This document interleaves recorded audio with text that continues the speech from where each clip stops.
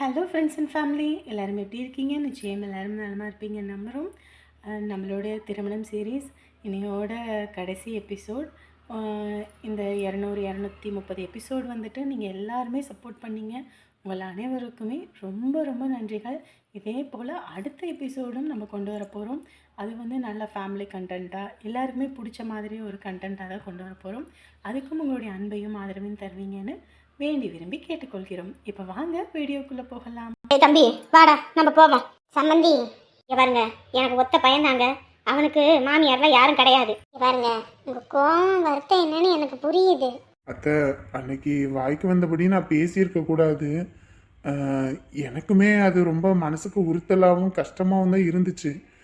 இல்லைங்க தம்பி, நீங்கள் அன்னைக்கு பேசுனது தான் சரி.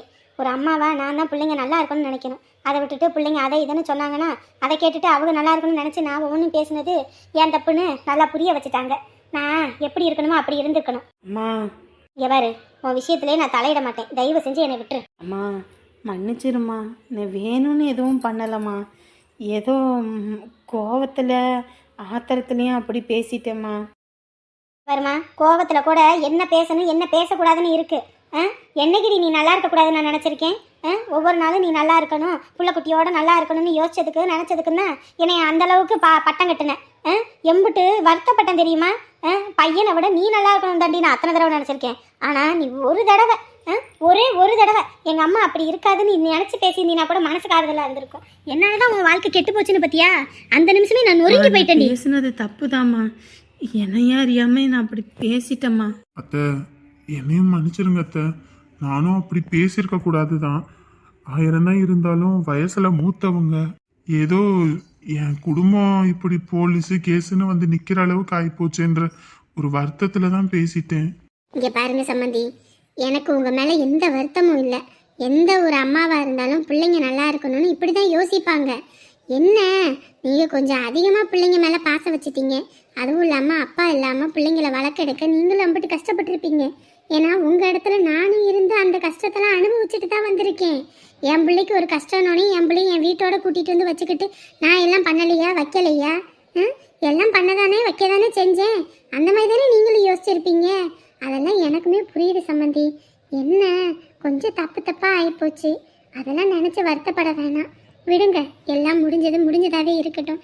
இனிமேல் குடும்பம் எல்லாம் ஒற்றுமையாக இருப்போம். இப்போ தான் பிள்ளைங்க அவங்கவுங்க புரிஞ்சுக்கிட்டாங்க. அவங்களோட வாழ்க்கை நல்லா இருக்கணும்னு தானே நம்ம வாழ்கிறதே. விட்டு கொடுத்து போவோமே. விட்டு கொடுத்து போகிறவங்க கெட்டு போகிறது இல்லையே. ஆமாம்மா, என் வாழ்க்கையிலே ஏகப்பட்ட பிரச்சனை.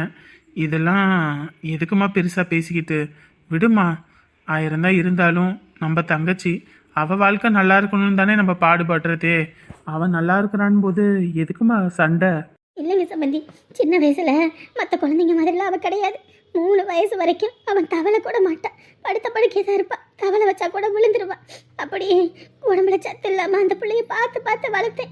அதனாலேயே அவளுக்கு ஒரு காயனாலும் என்னால் தாங்க முடியாது, துடிச்சு போயிடுவேன். அப்படி வளர்த்த பிள்ளைக்கு கல்யாணத்துக்கு அப்புறம் ஒரு பிரச்சனைன்றதுனால தான் நான் அப்படியெல்லாம் பேசிவிட்டேன். எனக்கு மட்டும் என்ன ஆசையா அவள் குடும்பத்தோடு வாழக்கூடாதுன்னு? எல்லா பிள்ளைங்களும் நல்லா வாழணுன்னு தானே கல்யாணம் பண்ணி கொடுக்குறது. ஆனால் அவள் என்னால் தான் உன் வாழ்க்கையை கெட்டுச்சு அப்படின்னு சொன்னதுனால தான் என் மனசை தாங்க முடியலை. மன்னிச்சிருமா.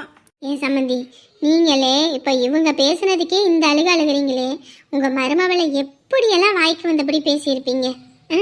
எவ்வளோ இதாக பேசியிருப்பீங்க.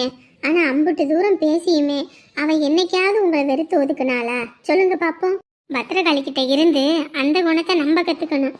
நானுமே என் பிள்ளைங்க நல்லா இருக்கணும், வீட்டுக்கு அந்த மருமவ எப்படி இருக்காளேன்னு சொல்லிட்டு அவன் மேலே கோவப்பட்டேன்னா இல்லைன்னு சொல்லலை.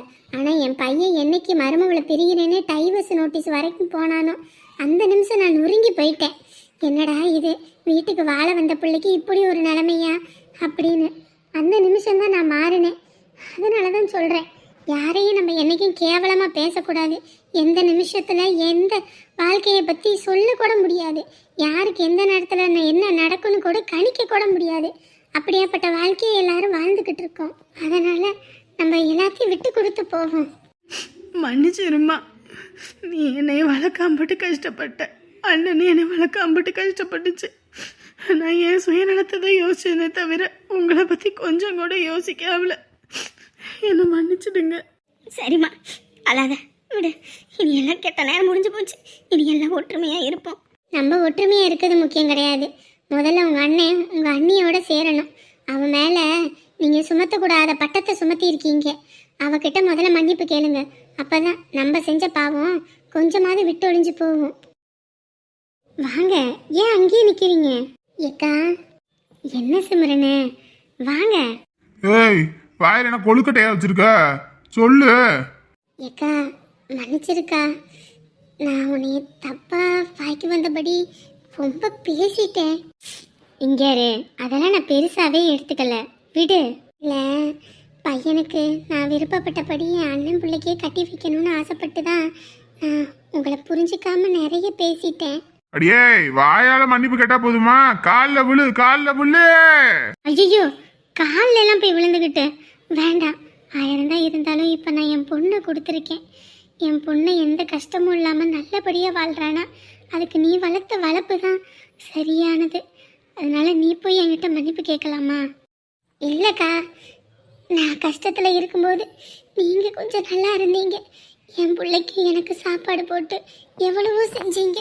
ஆனால் அந்த நன்றி விசுவாசம் கொஞ்சம் கூட இல்லாமல் உங்கள் பிள்ளை என் வீட்டுக்கு வாழ வந்துட்டான்னு சொல்லி எவ்வளவோ பேசினேன். ஆனால் நீங்கள் ஒரு பொக்கிஷத்தை தான் வளர்த்து என் கையில் கொடுத்துருக்கீங்க. அதை தான் பாதுகாக்க தெரியாமல் இருந்துட்டேன். ஆனால் அதனோட உண்மையான பொக்கிஷன்னு தெரிஞ்சதுக்கப்புறம் நான் உங்களை புரிஞ்சுக்கிட்டேன்க்கா. ஐயோ, எதுக்கு அப்படியெல்லாம் பேசுகிற? ஏன்னா அடி அந்த அளவுக்கு விழுந்திருக்குது. அவங்க நொன்னேன்னு சொல்லிக்கிட்டு இருந்தாலே, அவங்க நொன்னை வீட்டு பொண்ணதான் கட்டணும், எங்க நொன்னை வீட்டு பிள்ளையதான் கட்டணும், அப்பத்தான் சீரு சனத்தி சேரும் அப்படி இப்படின்னா கடைசியில இங்க உள்ளதை சுரண்டி எடுக்கிறதுக்கு தான் அவன் பிள்ளைய இங்க கட்டி கொடுக்கணும்னு நினைச்சான்னு தெரிஞ்சதுக்கு அப்புறம் தான் அம்மனி இப்படி தூரம் பேசுறாங்க. இல்லன்னு வைங்க, இவ வாயிலிருந்து அந்த வார்த்தையில வரும்ன்றீங்க.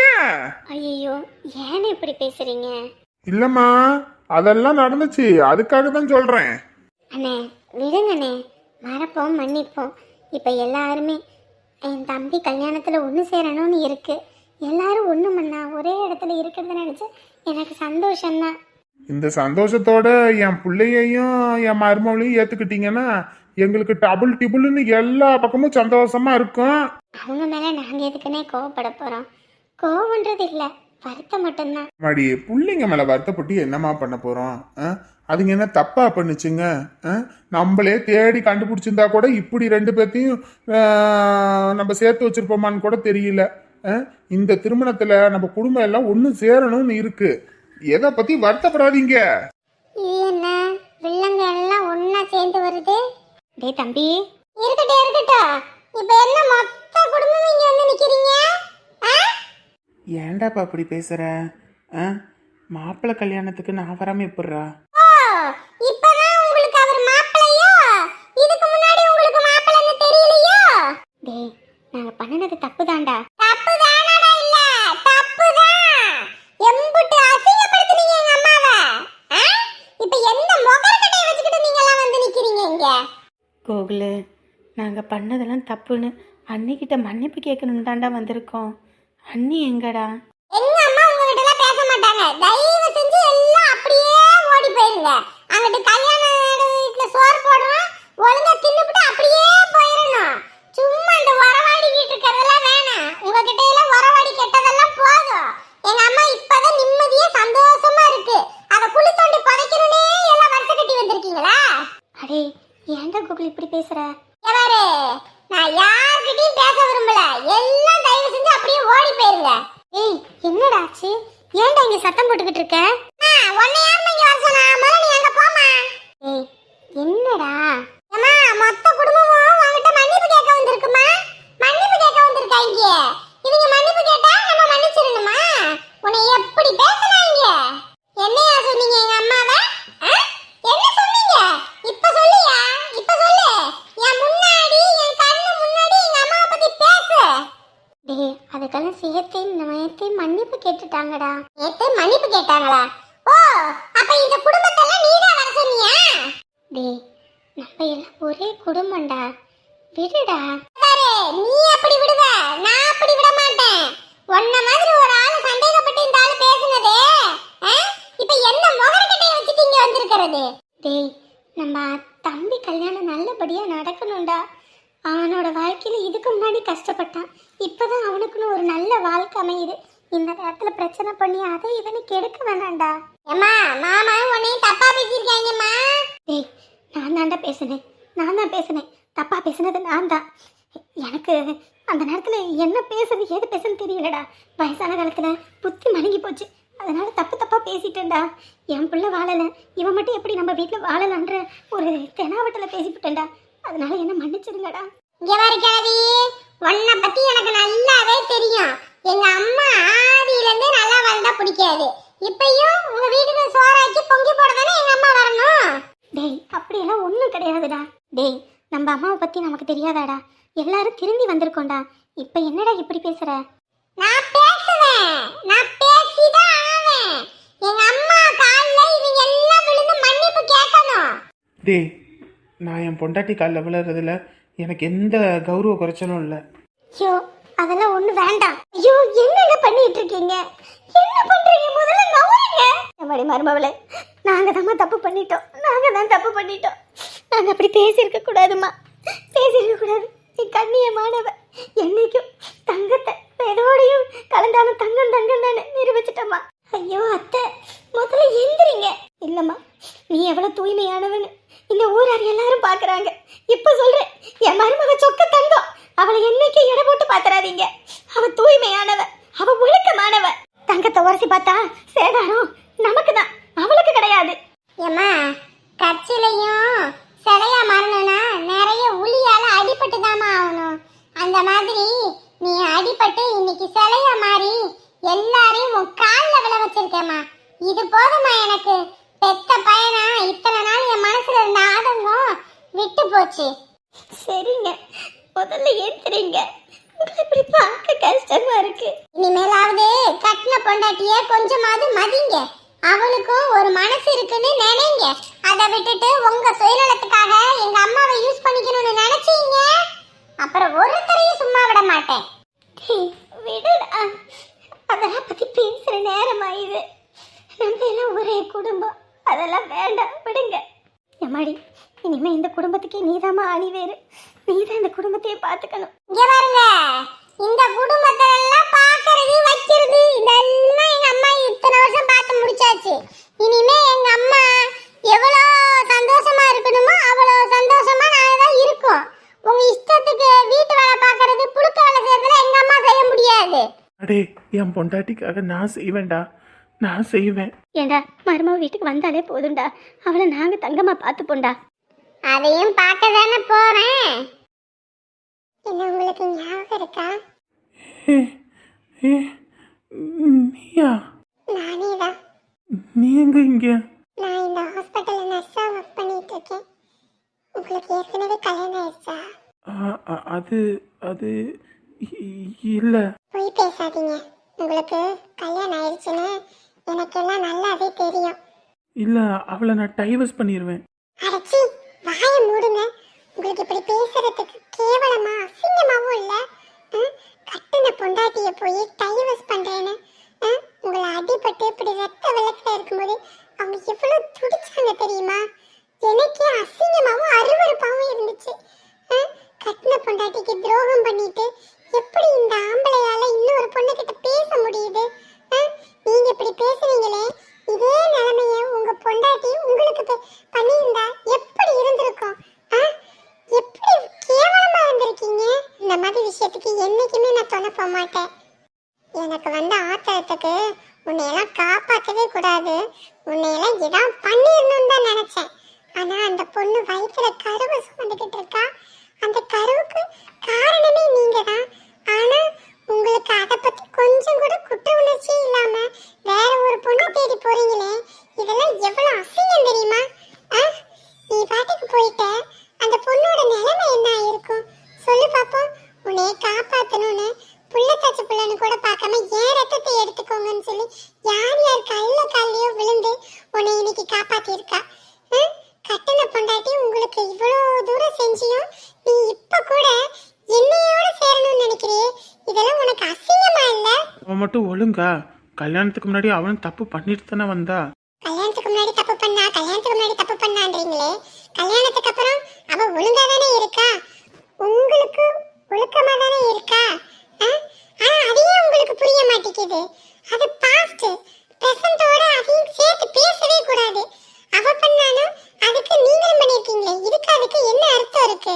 கட்டின பொண்டாட்டி மட்டும்தான் நீ கட்டையில போற வரைக்கும் உனக்கு எல்லாத்தையும் அள்ளி போட்டு சுத்தம் பண்ணுவா.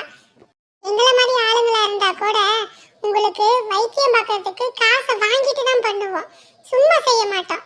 ஆனா கட்டினவ மட்டும்தான் உங்ககிட்ட காசை எதிர்பார்க்காம எந்த சந்தோஷத்தையும் எதிர்பார்க்காம எல்லாத்தையும் செய்வா வைப்பா. அப்படியாப்பட்டவருக்கு இந்த மாதிரி நினைக்கிறியே, நீ எல்லாம் எவ்வளவு அசிங்கமானவன், கேவலமானவன். கட்டின பொண்டாட்டிக்கு துரோகம் பண்ணல, அதுக்குதான் கடவுள் உனக்கு. எனக்கு உன் கைய பாரு, தெரியும். எங்க கையை காணோம். உன் கைய எடுத்துட்டாங்க, அத ஒட்டவும் முடியல. ஐயோ, என்ன சொல்றீங்க? கடவுள் நீ இவ்வளவு தூரம் பண்ணியும் உனக்கு உடம்புல உயிரை கொடுத்திருக்காரு. இனிமே சாப்பிடுறது கழுவுறதுன்னு எல்லாம் ஒரே கையில தான். நீ பண்ண துரோகத்துக்கு கடவுள் உனக்கு தண்டனை கொடுத்துட்டாரு. நீ என்ன பண்ண ஏது பண்ணன்னு தெரியாத அளவுக்கு நான் உன்னை விரும்பி இருக்கேன் பாரு. அது எனக்கு எப்படியாவது ஒரு பக்கம் தண்டனை கிடைக்கும். சீ, என்னங்க உங்க ஹஸ்பண்ட் கண்ணு முடிச்சிட்டாருங்க, போய் பாருங்க. என்னங்க ஏன் காலுறீங்க? ஏங்க அதெல்லாம் நினச்சி நீங்கள் வருத்தப்படாதீங்க. உங்களுக்கு கண்ணுக்கு கண்ணா, கையுக்கு கையா, காலுக்கு காலா நான் இருப்பேங்க. நீங்கள் அதெல்லாம் நினச்சி வருத்தப்படாதீங்க. எத்தனை தடவை ஒன்று இந்த கையால் அடிச்சிருப்பேன். எனக்கு கையை இங்கே பாருங்க, இந்த கை, காது, மூக்கு இதெல்லாம் விட எனக்கு நீங்கள் தாங்க முக்கியம். உங்களுக்கு எல்லாமாவும் நான் இருப்பேங்க. நான் உன்னை எத்தனையோ தடவை அடிச்சிருக்கேன், உதச்சிருக்கேன், துன்பப்படுத்தியிருக்கேன். ஏங்க அதெல்லாம் நான் பெருசாகவே எடுத்துக்கலைங்க. அதை கூட நீங்கள் என் மேலே காட்டின அன்பாக தான் நான் பார்த்தேன். நீங்கள் என்றைக்குமே என் மேலே அன்பாக இருந்தால் அதுவே போதுங்க. விடுங்க, கைக்கு அண்ணன் உங்களுக்காக ஏற்பாடு பண்ணுறேன்னு சொல்லியிருக்கு. என் மேலே உனக்கு வருத்தமே இல்லையா? எதுக்குங்க உங்கள் மேலே எனக்கு வருத்தம் வரப்போகுது? நீங்கள் ஏன் புருஷங்க. எனக்கு கை இல்லை, என்னை விட்டுட்டு போக வேண்டிதானே? ஏங்க நான் வேற ஒருத்தரை கல்யாணம் பண்ணியிருந்தேன்னு தெரிஞ்சுமே எனக்காக காத்திருந்து கல்யாணம் பண்ணீங்க. உங்களுக்கு ஒரு கஷ்டம்னு எப்படிங்க நான் விட்டுட்டு போவேன்? ஒரு காலமாக விட்டுட்டு போக மாட்டேன். மன்னிச்சிரு, உன்னை நான் ரொம்ப கொடுமைப்படுத்திட்டேன். ஏங்க அதெல்லாம் விடுங்கங்க, அதெல்லாம் பேசாதீங்க. இனிமே நம்ம வாழ்க்கை நல்லபடியில் வாழுவோம். உன்னை பற்றி புரிஞ்சுக்காமையே நான் இருந்திருக்கேன். கல்யாணத்துக்கு அப்புறம் நீ எனக்கு உண்மையாக தான் இருந்திருக்க. ஆனால் நான் தான் உன்னை தப்பு தப்பால பேசிட்டேன்ல. ஏங்க அதனால் என்னங்க, நான் குறைஞ்சா போயிட்டேன். ஒன்றும் இல்லைங்க, நீங்கள் எனக்கு கிடைச்சிங்களே அதுவே போதும். என்னடா இது, தாலி கட்ட முடிச்சோன்னே யாரையுமே காணோன்னு பார்த்தா குடும்ப வகையில் ஒன்று வந்துட்டீங்களா? ஒண்ணா வரல, குடும்பமே ஒண்ணு சேர்ந்து வந்திருக்கோம். அத்தைய தூக்கிட்டு போறதுக்கு. அம்பிட்டு தானே, தூக்கிட்டு போங்க. எங்க புள்ள கண்ணுல மட்டும் கண்ணீர் வந்துச்சுன்னா